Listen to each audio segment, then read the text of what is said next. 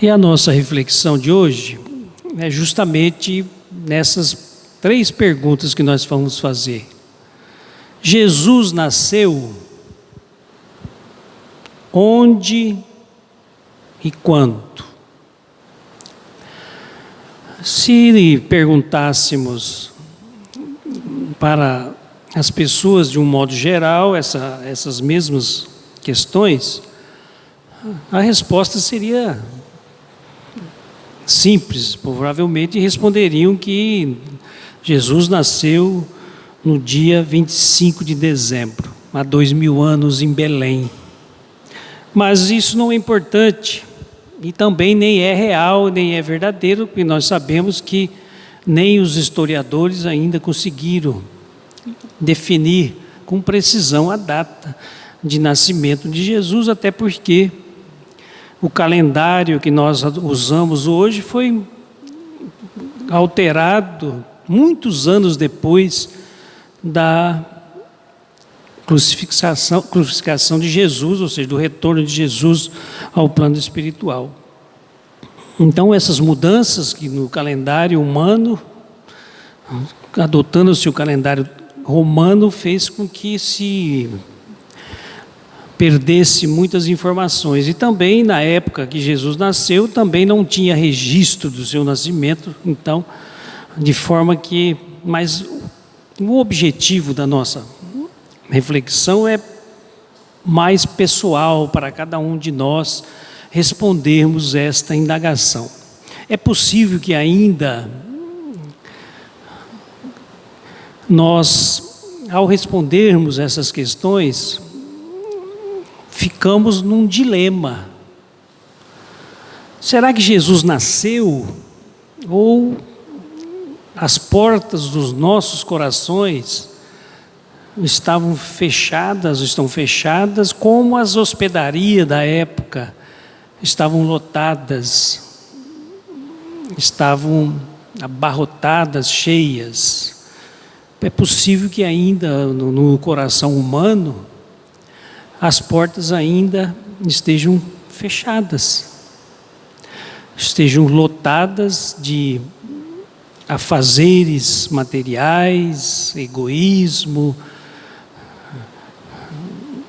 orgulho, vaidade e muitas outras imperfeições que carregamos, de forma que a nossa intimidade está cheia, não tem espaço para a chegada do Mestre e adentrar na nossa intimidade. Nós vamos falar primeiro uma historinha para responder essa questão mais à frente e refletir mais demoradamente sobre essa. Eu gostaria de contar uma pequena história que eu extraí deste livro, De Onde Existe Amor, Deus Aí Está.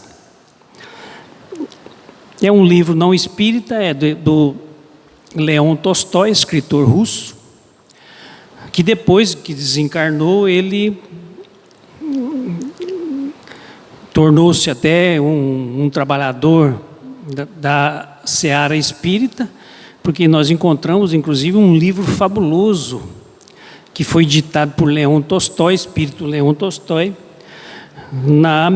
pela médium Ivone Amaral Pereira, Ressurreição e Vida, um livro fabuloso da coleção então da doutrina espírita.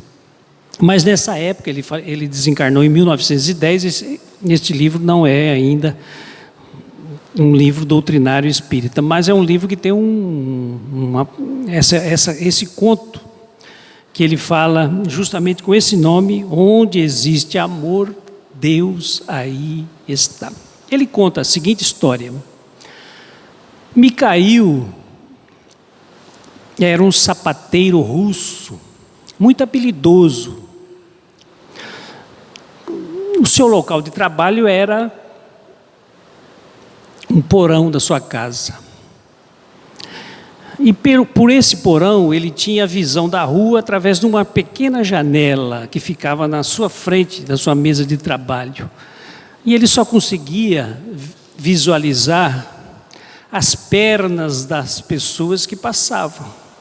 E principalmente ele prestava atenção nos sapatos. Raramente ele via algum sapato que ele não conhecia. Então, aqueles passantes, ele ficava às vezes prestando atenção e imaginando quem que era o dono daquele sapato, porque a maioria daqueles sapatos já haviam passado por sua oficina 2 ou 3 vezes. Um para trocar o solado, outro o salto, outro para remendar e até colocar um bico novo. Então ele conhecia. E ele era um sapateiro muito estimado, porque trabalhava bem, cobrava preço justo. Então o serviço não faltava. Ele era casado e tinha 4 filhos. Nesta época, a medicina era incipiente.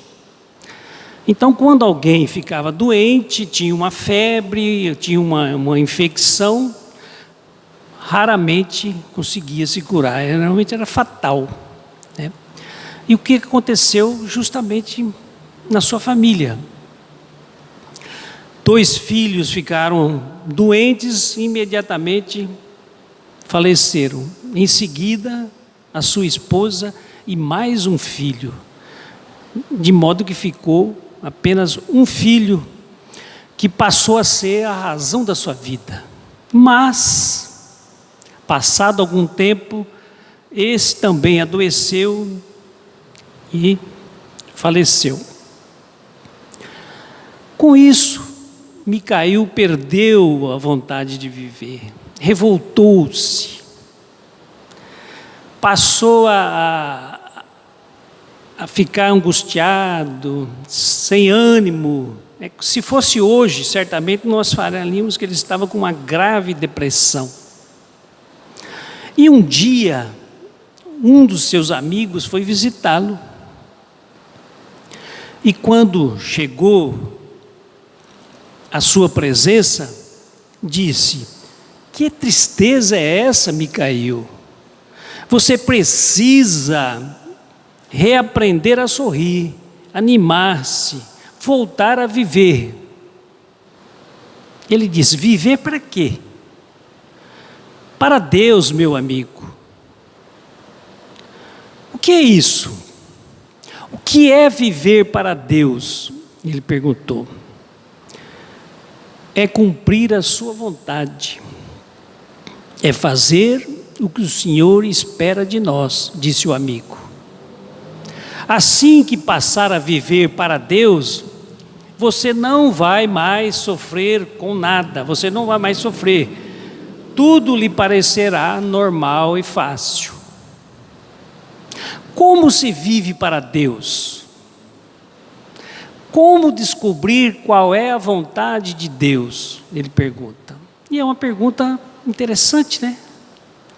Porque muitas vezes, às vezes nós perguntamos até para nós mesmos, qual será a vontade de Deus em relação a mim? O que Deus espera de mim? Então ele fez essa pergunta para o amigo. Como viver para Deus? Como descobrir qual é a vontade de Deus? O Cristo nos ensinou como viver para Deus. Para isso, leia o Evangelho. Essas palavras do amigo calaram fundo na alma do Micael. E ele, naquele mesmo dia, comprou um Evangelho e começou a ler o Evangelho. Sentiu dificuldade, até porque o Evangelho na época não era difundido, as pessoas quase não conheciam, as pessoas quase não liam. E ele pensou: bom, eu não tenho nada a perder, já perdi tudo. Então vou seguir a orientação desse meu amigo. E começou a ler, todas as noites, Ele se debruçava sobre o Evangelho, com aquela lamparina, com aquela luzinha, e foi se encantando pela mensagem. Foi se encantando cada vez mais, chegou a passar noites inteiras lendo. Assim, diz o contador, o autor, assim Micael passou a ler todas as noites. Já não se sentia abandonado por Deus. Aprendeu que os desígnios eternos são sábios e justos. Certamente havia razões para ele estar naquela situação. Sua vida passou a ser pacífica e feliz. Ainda ela era um homem solitário, mas agora compreendia a razão de viver, não era mais atormentado como antes. Certa vez, Micael leu no Evangelho de Lucas: a quem te ferir numa face, oferece a outra. Quem te arrebatar a capa, dê também a túnica. Dai a quem te pedir e não reclames de alguém tomar o que é teu. Como quereis que os outros vos façam, fazei também a eles. Emocionado com as palavras, parava de ler e ficava pensando: será que eu estou fazendo o que Deus espera de mim? Será que eu estou fazendo o que os outros gostariam que eu fizesse? E logo concluía que eu poderia ser melhor. E aí dirigia-se como se em oração e dizia: Senhor, ajuda-me a ser melhor. E ele continuou lendo, continuou estudando o Evangelho. E um dia ele leu em Lucas que Jesus foi destratado por um fariseu. Ou seja, Jesus foi convidado à casa do fariseu e quando lá estava foi desrespeitado. E ele ficou espantado com isso. Ele disse: mas como? Como que alguém pôde tratar Jesus dessa forma? E neste momento, ele ouviu uma voz: Micael, prepara-te que amanhã eu virei. Ele olhou do lado, procurou, a porta estava fechada. Não entendeu bem o que aconteceu, mas continuou lendo. Leu mais um pouco, e aí resolveu deitar-se. Quando ele foi deitar-se, novamente: Micael, prepara-te, amanhã eu virei ao teu encontro.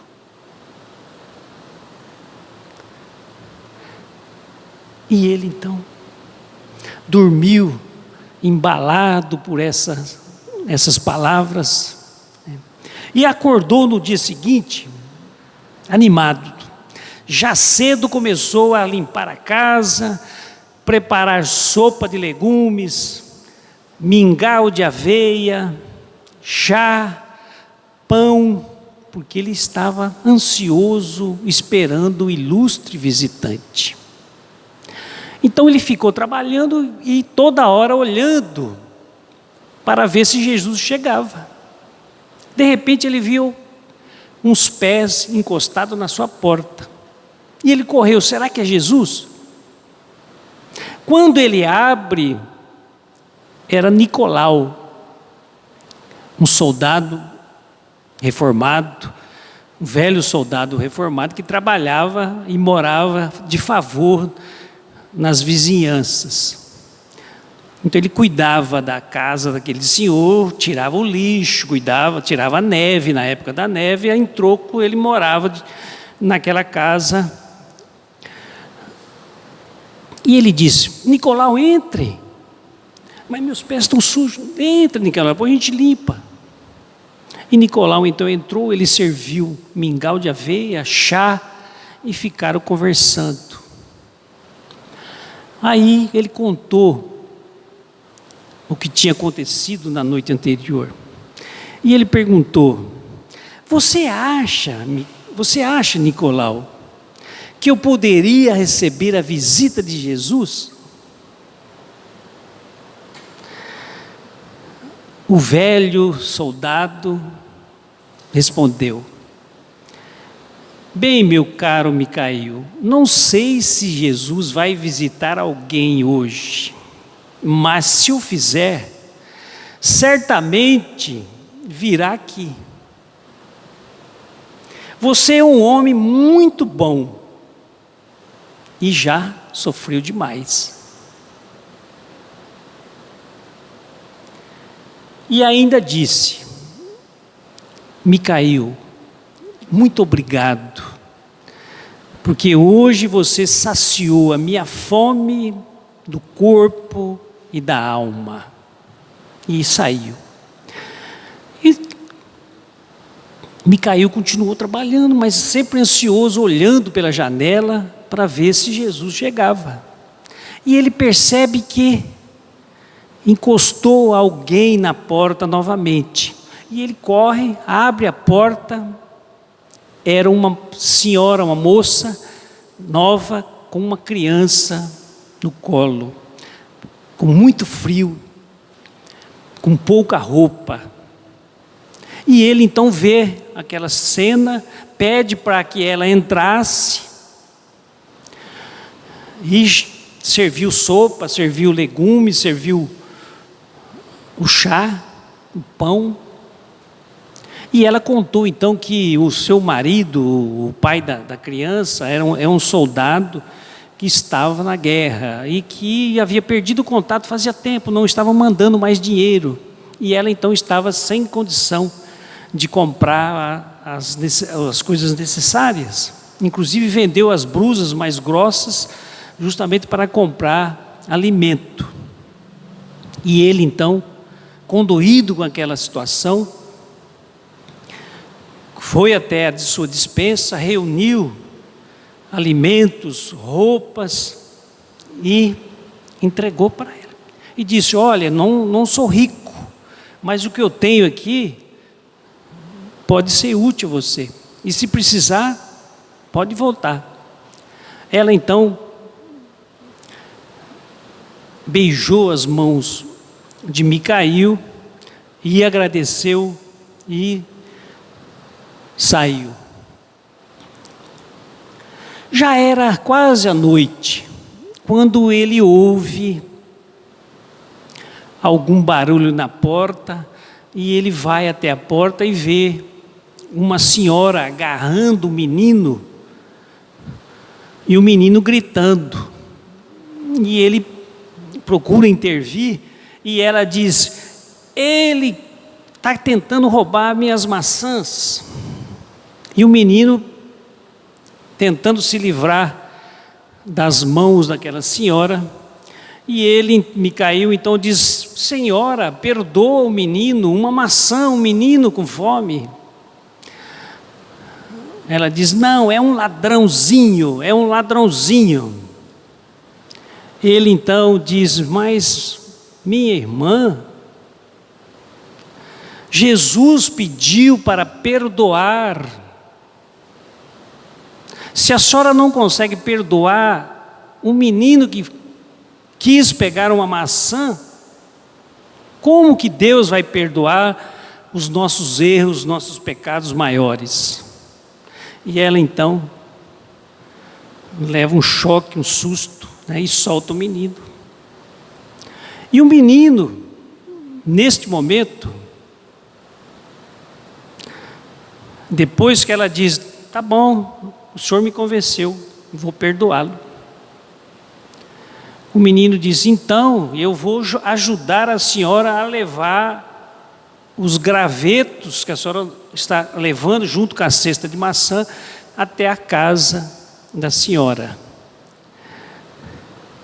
E os dois foram então pacificados, foram embora, né? Micael então retornou para dentro da sua casa, fechou a porta e neste momento abriu o Evangelho. E quando ele abre o Evangelho, agora, neste momento, ele faz, por acaso, aquela abertura que a gente às vezes usa, né? Vamos ver qual é a mensagem. Ele teve essa inspiração, abriu o Evangelho e leu em Mateus o seguinte: pois tive fome e deste-me de comer, tive sede e deste-me de beber. Eu era um estranho e me acolheste, estava nu e me vestisse. E mais abaixo: cada vez que o fizeste a um desses meus irmãos mais pequeninos, a mim fizestes. Neste momento, Micael, emocionado, ficou sabendo que Jesus cumprira a promessa do dia anterior. O mestre o visitara 3 vezes, representado por aquelas pessoas que estiveram à sua porta.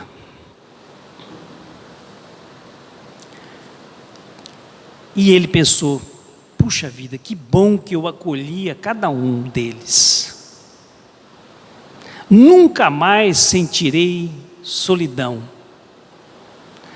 Aprendera naquele dia glorioso que jamais alguém será solitário enquanto for solidário.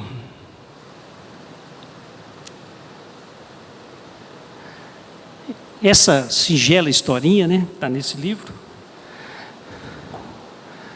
nos faz refletir. E eu volto à pergunta que a Thelma chegou agora, nossa querida Thelma, que bom vê-la.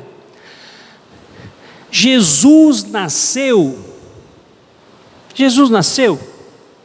onde e quando? Nessa história que nós contamos, eu não sei qual é o momento que para o Micael Jesus nasceu para ele. Talvez possa ser naquele momento que ele começou a ler e se entusiasmou. Sentiu que já não era mais só, que já não estava mais abandonado. Ou também, naquele momento que ele atendeu aquela jovem mãe, que quando ele olha para ela, ele se condói, diz a história, ou seja, se condoeu. Condoer-se com a dor do outro é no sentido de ter compaixão. E a compaixão é uma das maiores virtudes que nós podemos ter. Então ele teve aflorou nele aquela vontade de ajudar, de ser útil àquela pessoa que sofria naquela situação desesperadora. Mas se nós olharmos outros exemplos, como por exemplo Paulo de Tarso, vamos buscar apenas na nossa memória, Paulo de Tarso, em que momento Jesus nasceu na sua vida? Se nós perguntássemos para ele, é possível que ele nos dissesse que Jesus nasceu às portas de Damasco, no momento em que ele tem aquela visão, cai da montaria e pergunta para Jesus: o que queres que eu faça? Porque para fazer uma pergunta dessa, ele já deve ter dentro de si a convicção de que algo era necessário ser feito e que ele estava diante do mestre, do nosso guia, né? Se nós perguntássemos para Joana de Cusa,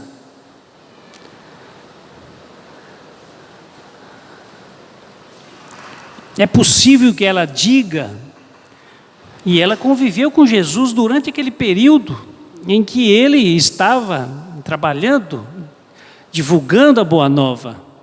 Mas o ponto marcante da vida dela foi na arena, quando ela estava atada ao morão e iria ser queimada, junto com o filho do lado. E o soldado pergunta: esse teu Jesus não te ensinou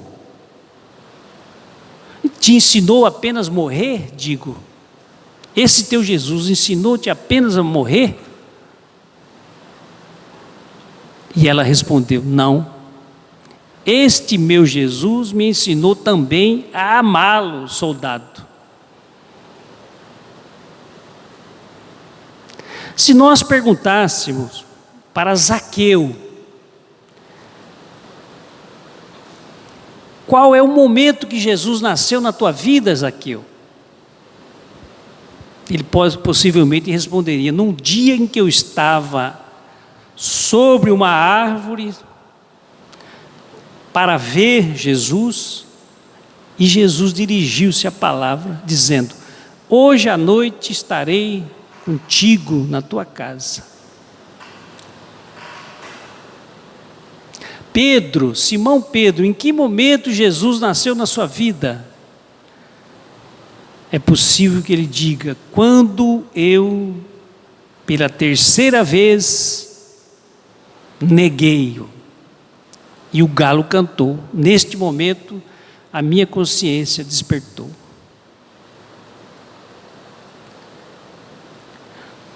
E Madre Teresa de Calcutá, se fizéssemos essa mesma pergunta, Madre Teresa de Calcutá, quando Jesus nasceu na tua vida? Foi o dia que você assumiu o compromisso de ser freira lá no convento? É possível que ela responda: não. Mas o dia que eu voltava, passando pelas ruas de Calcutá, vendo aqueles caídos, morrendo à míngua nas ruas, eu entrei no convento e pela primeira vez prestei atenção no que estava escrito aos pés da imagem de Jesus na porta do convento: tenho sede. Quando ela lê essa frase, e isso é da biografia dela, depois de ter passado por aquela porta centenas de vezes e nunca ter prestado atenção naquela frase, tenho sede, quando ela volta, naquele dia, ela para, lê, tenho sede, e ela começa a refletir para si: o que é que eu estou fazendo de útil para aplacar a sede de Jesus? No dia da crucificação, ofereceram vinagre para Jesus. O que é que eu estou oferecendo para Jesus? E ela se deu conta que ela precisava sair do convento e ir para as ruas para trabalhar em nome de Jesus, para aqueles necessitados, aqueles caídos, aqueles, como o Micael, né? Se condoeu-se de ver a dor do outro. Assim, meus irmãos, poderíamos indagar, mas a pergunta ela é reflexiva para cada um de nós. E eu, neste momento, digo que já estava, na hora que estava preparando o texto, eu fiquei meditando sobre isso. E perguntei: Paulo, em que momento Jesus nasceu na tua vida? Ele nasceu? Onde? Quando? E eu não consegui responder. Não consegui. Então, nós, neste momento, né, da presença do Natal na vida das pessoas, até a música diz, né, vamos fazer todos os dias o dia, né, de Natal. Por que não fazer, né?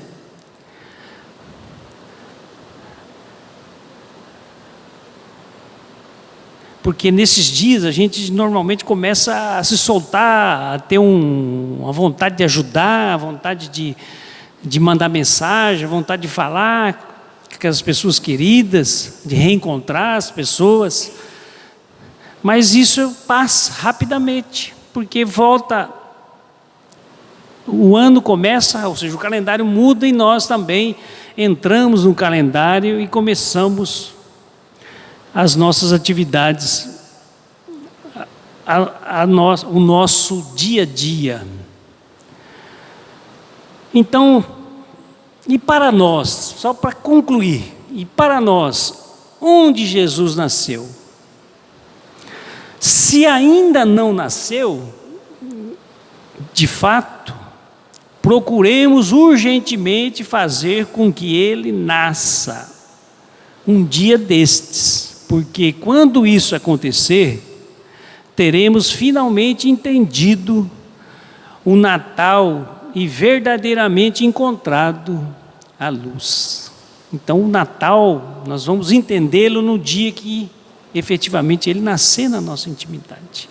E nesse dia, nós vamos ter o espírito da história, que pode ser ficção, mas a história do Micael, né? Que ele, perdendo os filhos, a esposa, mesmo assim, diante da mensagem, diante daquilo que ele buscou na sua intimidade, diante dessas energias que o sustentaram, que o encorajaram, que o consolaram, ele prosseguiu, ouvindo a mensagem do companheiro que diz: Deus tem um propósito para você. Deus tem um propósito para cada um de nós. Vamos buscar, através da prece, manifestar a nossa gratidão por este ano que vai se encerrando. Manifestar, Senhor, a nossa gratidão por tantas bênçãos que recebemos. A presença de amigos, a presença de familiares, acontecimentos felizes, mas também acontecimentos que possivelmente nos contrariaram. Mas esses acontecimentos,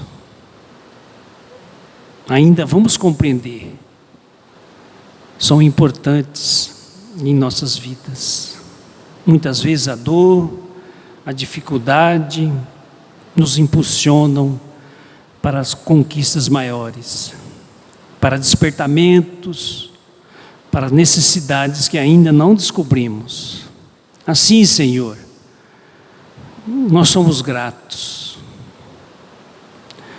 e que possa nos inspirar a encontrá-lo neste Natal, a agasalhá-lo em nossa intimidade, libertando-nos das amarras, das imperfeições, dos vícios.